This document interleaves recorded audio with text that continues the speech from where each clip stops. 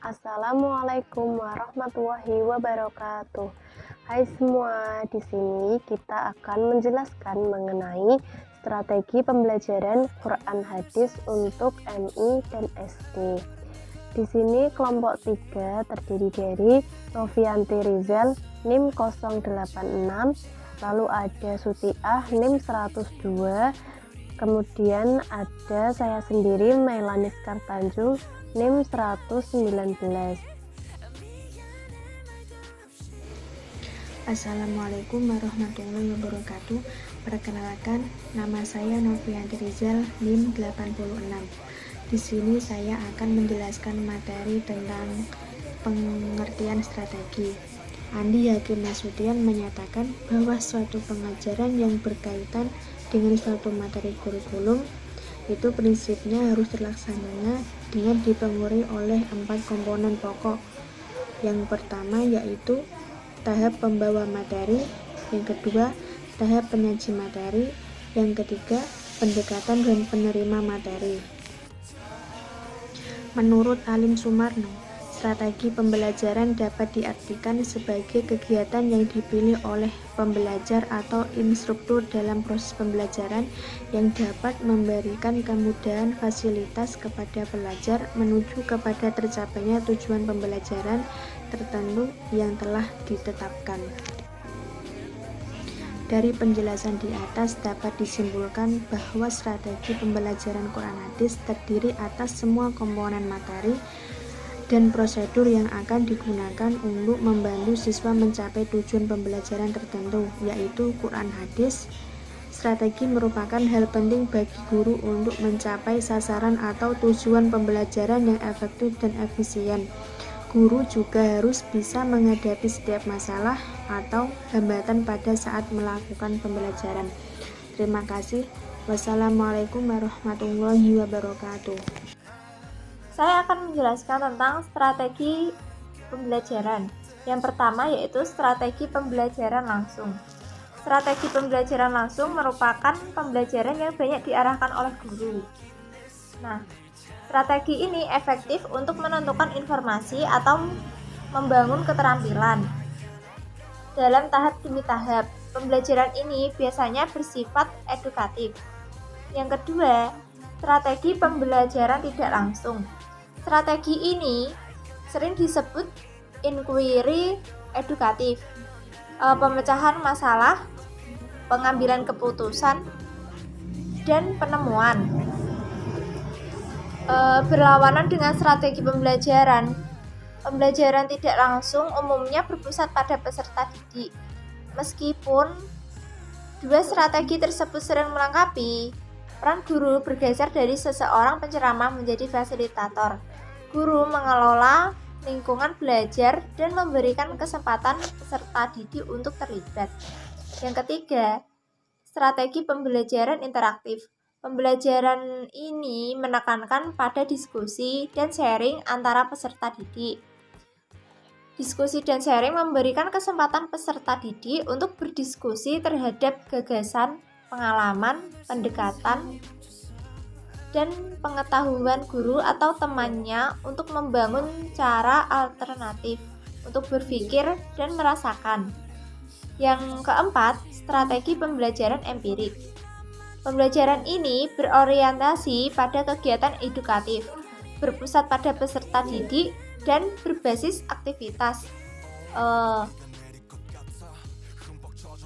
refleks pribadi tentang pengalaman dan formulasi perencanaan menuju penerapan pada konteks yang lain merupakan faktor kritis dalam pembelajaran empirik yang efektif. Yang kelima yaitu strategi pembelajaran mandiri. Strategi pembelajaran mandiri merupakan strategi yang bertujuan untuk membangun inisiatif individu, kemandirian, dan peningkatan diri. Pembelajaran ini dimaksudkan untuk mengatasi kelemahan pembelajaran klasikal terutama dengan maksud memberi kesempatan kepada anak untuk maju sesuai dengan kecepatan masing-masing. Sehubungan dengan strategi pembelajaran mandiri ini, Oke, selanjutnya yaitu kekurangan dan kelebihan strategi pembelajaran Quran hadis.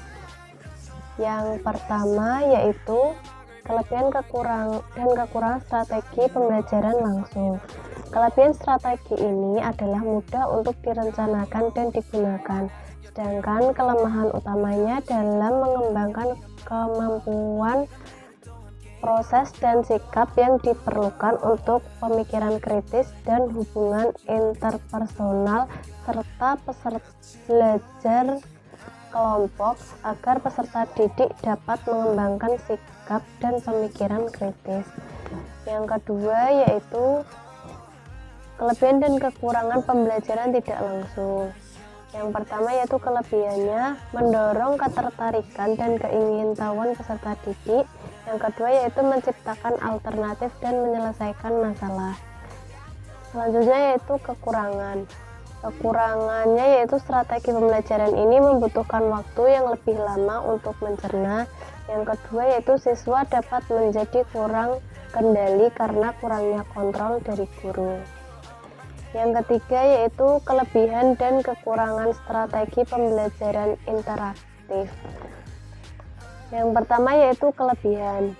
Menurut Reni, pembelajaran interaktif mempunyai kelebihan yaitu siswa lebih banyak diberikan kesempatan untuk melibatkan keingintahuan pada objek yang akan dipelajari. Yang kedua yaitu melatih mengungkapkan rasa ingin tahu melalui pertanyaan yang diajukan oleh guru. Selanjutnya yaitu kekurangan.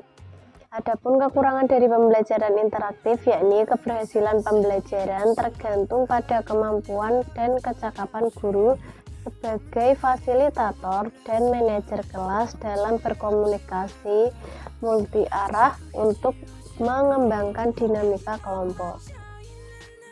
Yang keempat yaitu kelebihan dan kekurangan pembelajaran melalui pengalaman. Pertama yaitu kelebihannya, yaitu dalam proses pembelajaran Al-Quran hadis meningkatkan partisipasi peserta didik. Yang kedua meningkatkan sifat kritis. Yang ketiga yaitu meningkatkan analisis peserta didik dapat menerapkan pembelajaran pada situasi yang lain. Kekurangannya yaitu strategi ini adalah penekanan hanya pada proses, bukan pada hasil.